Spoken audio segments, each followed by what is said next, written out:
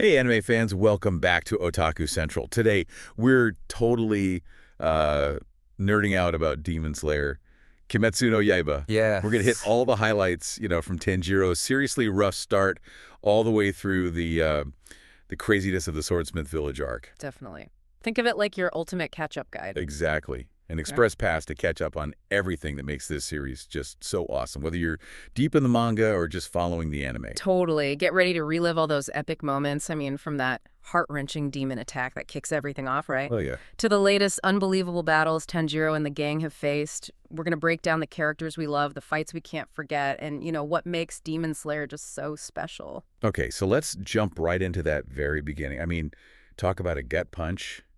Tanjiro's family, that snowy mountain, and then just devastation. Right. And Nezuko's transformation, that was just brutal to watch unfold. Absolutely. It throws Tanjiro into this impossible situation, like, immediately. And then Gyutaro shows up, this super skilled demon slayer. And at first, he's totally ready to take out Nezuko, right? But he sees something different in her, something in Tanjiro's desperation, too. Yeah, that hesitation. Which leads him to send Tanjiro to Mount Sagiri and Urokodaki. And honestly, that single decision completely changes Tanjiro's entire path. And Urokodaki's training. Seriously intense. Remember all those crazy trials Tanjiro had to go through? Oh, yeah. Just to prove he was tough enough? Breathing techniques, surviving in the wilderness. It was wild. Oh. You really saw his determination shine through, even then. It really did. And it all led to the final selection, that seriously dangerous test on the demon-filled mountain, just surviving that for a whole week. Incredible. It was a massive accomplishment. It showed he had what it took to even have a shot at becoming a demon slayer, And then finally getting his Nichiren sword from Nezuko, who is just like a whole mood, let's be real. And his own Kasugai Crow. That felt like the true start of his adventure as part of the Demon Slayer Corps, right? That sword, by the way, it's not just any blade. Right, it's special. It's special because it can absorb sunlight, which is like the only real way to defeat a demon for good, basically. Exactly. And his first mission in the Northwest Village, where he had to investigate those missing girls and face the swamp demon, that really threw him into the deep end fast. It did. And we got to see Nezuko's instinct to protect Tanjiro kick in, even in her demon form. That bond between them is just so core to the whole story. Totally. And then, like, out of nowhere, Asakusa happens. Yeah. Who's on Kibutsuji, the original demon, just strolling around in disguise. Yeah. That scene was so creepy, knowing who he really was, and Tanjiro just, like, senses him. It was such a chilling moment, yeah. Highlighting how hidden the demonic threat truly is. And that encounter leads to the super important meeting with Yushiro and Tamayo. They offer this tiny spark of hope, with the idea of a demon cure. Their alliance feels so vital in the fight against Mizan. For sure. But their research doesn't go unnoticed, does it? Bam. Suzumaru and Yaiba attack. Those two were our first taste of demons with seriously powerful blood demon arts, right? Totally. Those Tamari balls and the arrows. And when Tamayo drops the bomb, they weren't even part of the 12 Kazuki yet. That totally raised the stakes. The 12 Kazuki, just as a reminder, are the strongest, most elite demons directly serving Muzan. Big power difference between lower and upper ranks, too. Huge. It really emphasized the immense power structure within the demon world. Okay. And then we get introduced to Zenitsu. Oh, Zenitsu. Talk about a hilarious first impression. This constantly terrified guy who's secretly, like, a total powerhouse when he's unconscious. It's such a funny contrast, isn't it? The screaming versus the zap. Oh man, Zenitsu. The whole gag with his fear masking incredible strengths is just genius. And the mission to the Suzuni mansion and the fight against the drum demon, Kyogai. That was cool. That was such a crazy, disorienting fight. It felt like a real turning point for Tanjiro, seeing him really start to adapt his water-breathing techniques in like creative ways. It really showcased his growing skill and how quickly he can learn and adjust in battle. And then Inosuke crashes onto the scene with his boar head. Yes. His wild personality and that immediate hostility towards Nezuko because of his super strong sense of smell. It made for such a chaotic and honestly hilarious dynamic at first. Their first interactions were so over the top. Yeah. But you can see the beginnings of their weird but like really strong friendship forming even then. Definitely. Then they head to Mount Naragumo, and things take a seriously dark turn with the spider demon family. That whole arc felt way more unsettling. Yeah. Mount Nadaguma was definitely a turning point. The sheer horror and the power of the demons they were facing just ramped up. The twisted family dynamic of the spider demons, and then the introduction of Rui, who was a lower rank 5 Kazuki, was all incredibly intense, showed a whole new level of threat.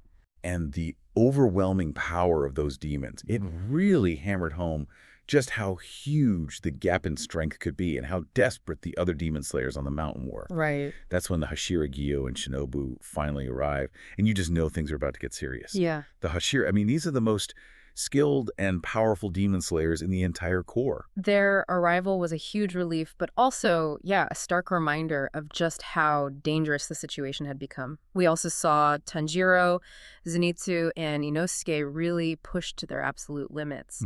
And it made you think about the heavy moral weight of fighting beings who were, once human. Then comes the whole Hashira trial, where Tanjiro is basically on trial for protecting Nezuko. The skepticism, the straight-up anger from some of the Hashira, it felt like everything was stacked against them. It really did. But Kagaye Uboyashiki's intervention was so important. He has this incredible calm and wisdom that just seems to command respect from even the most strong-willed Hashira. He really does. His belief in Tanjiro and Nezuko was a crucial turning point. And Tsunemi's brutal test of Nezuko's control, stabbing her, tempting her with his rare blood. Oh, man, that was tense. And she resisted. That was such a powerful moment of proof for her and Tanjiro. It really started to sway some of the skeptical Hashira. You could see it. It was, and Kagaya officially recognizing them and tasking Tanjiro with defeating a 12 Kazuki demon was a huge step forward. The recovery and training at the Butterfly Mansion were definitely much needed after all that. Yeah, seriously. And that's where we meet Kanao, who's such an intriguing and skilled character in her own right. Kanao's quiet intensity and her coin flips were so mysterious at first. And Tanjiro's constant training, his never-ending drive to find a cure for Nezuko, that's the heart of so much of the story, isn't it? Absolutely. Then the Mugen Train.